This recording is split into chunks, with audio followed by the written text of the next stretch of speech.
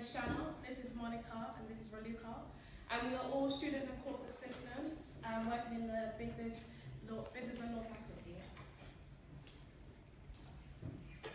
As you can see from above, there we use Rate My Placement, Read, LinkedIn, our contacts and our network, and also Job Central to find our placement. With Rate My Placement, we was able to see placement reviews. With Read, we was able to have an email subscription sent to us where we can see all our placements that we would potentially go for. On LinkedIn, we was able to advertise what placement we was looking for so that employers can contact us, and we was also able to contact employers and people that we thought would be able to offer us a placement. Personally, when I first started looking for a placement, I looked within my contacts and I went to people that own their own businesses, and I did get a placement at first with one of my contacts, but unfortunately that didn't go as planned. For you, it is so much easier as you have the placement team that are able to help you with your search and also able to search for your own placements yourself. With this job that we applied for to be a student and course assistant, we had to go through being able to produce a CV and a cover letter. As you can see on the board, these are our CVs that we actually use for this role. We was able then to, we thought that it would be useful to have mock interviews, because mock interviews allow you to prepare yourself, and it then gives you a bit of an edge when you go to the interview, because we're able to then go through questions that they potentially will ask us and then give that response. My mock interview was done by my mentor.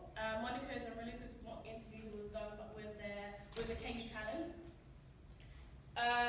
We also had an interview and an assessment. Our assessment was based on grammar and also preparing an email, because with our role we have to send a lot of emails. I'll now pass you on to Raluca. So what to expect from your placement? Actually, being on a placement, you will be part of the whole team. So you will be treated as everyone else on the job, and from this you should be able to take on responsibilities and carry on your day-to-day duties. Also, it's very important to allow time for you to learn and not take a decision like, okay, I don't like this and I don't want to do it. You should allow yourself more time to get to know how the business run and the culture of the business. And also, this will give you a chance to learn from experience, make mistakes, acknowledge the mistakes, and then you can build a plan on how to become better at doing certain things. And as you will go along your placement, you will find yourself in different situations, which it will benefit you guys. So, for example, you can learn from those situations. As you can see on the board, these are a few of our responsibilities.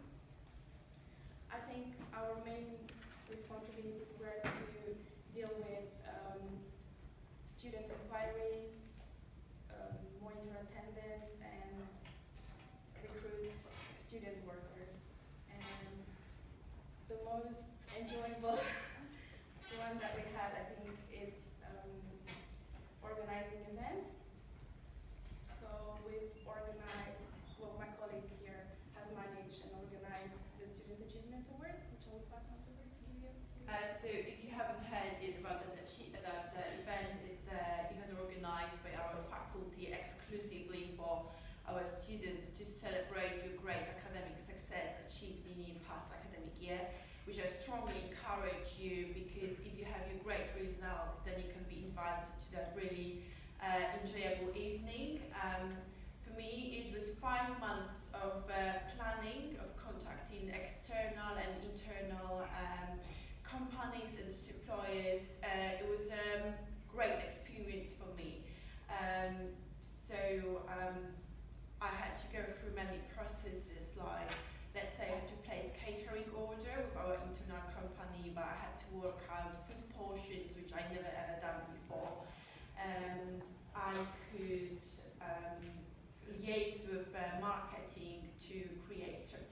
campaigns, invitations, to create a banner for the event. And it was many tasks that gave me a great insight into time management and people management.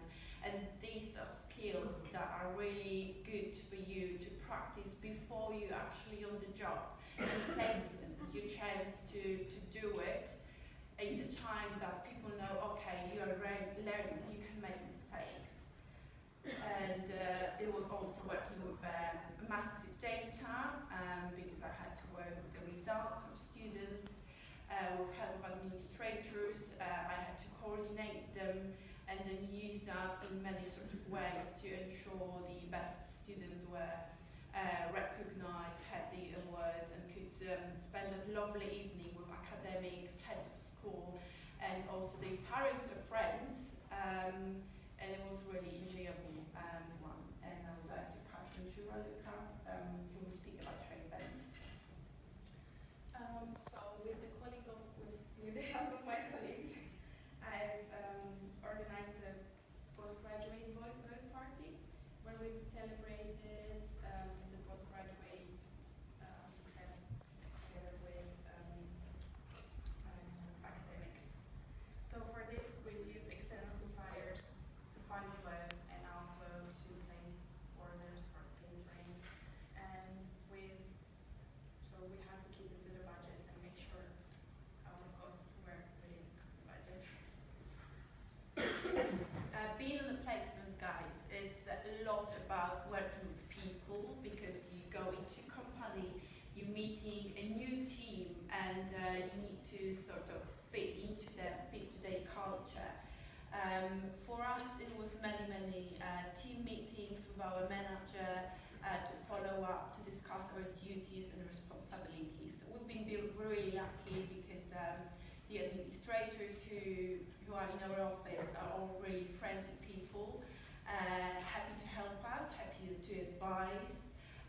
Also, we work with other academics, with other faculty staff, like your BPEC team, who's there to prepare you for your placements. We always felt that our workload is fair. Each of us had some big projects to do. We were all monitoring attendance accordingly to levels. We always felt like we can go ask, and if we needed help, our manager was there. Sometimes there were like some difficult situations, and we knew we could go and ask for help. And I think that's the thing you need to have when you're somewhere out there. You need to feel comfortable with the company and with your team. This is a skills map, one of many. I'm pretty sure you're quite familiar with those. I'm sure you can see skills that you do already have.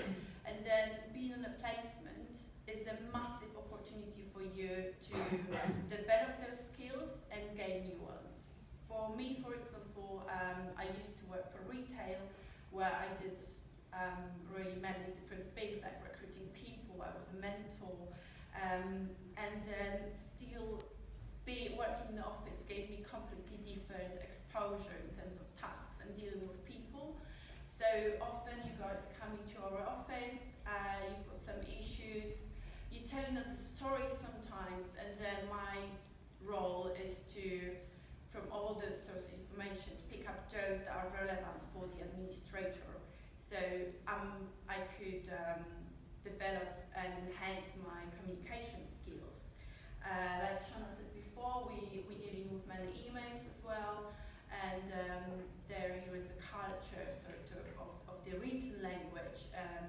Sometimes the emails we receive are not really polite, and then we've got our emotions, but we had to remember, all right, we need to stay calm and reply in a professional manner. Sometimes we had to deal with some uncomfortable situations, which puts you on the spot. For example, like I received really rude date invitation over an email. So, I felt very upset, and that when I want to reply to it was quite strong, but instead I had to keep my head cold, go to my manager, report it, and then she could handle it.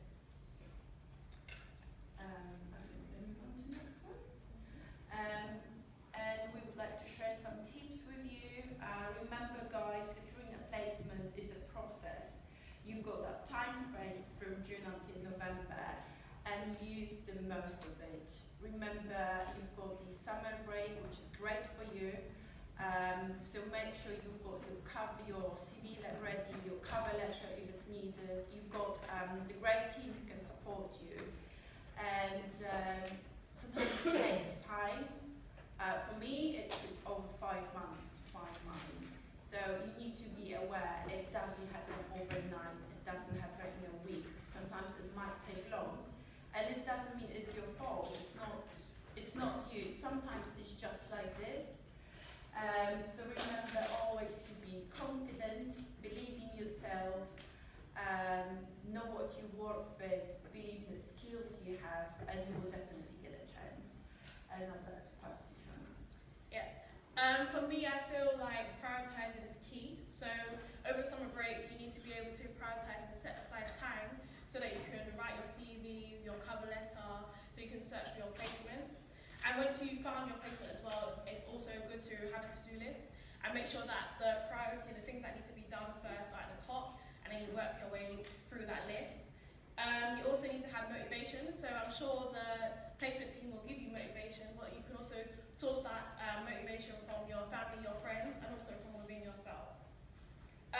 From being on this opportunity and being a part of a placement and being on placement, we've been given so many different opportunities. For example, this opportunity that we have now that we're able to speak in front of you.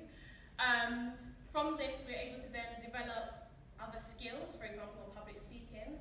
And these skills sometimes we won't be able to develop within the placement. So we've now been able to add extra skills to what we've now developed and then use it when we go out into the job world.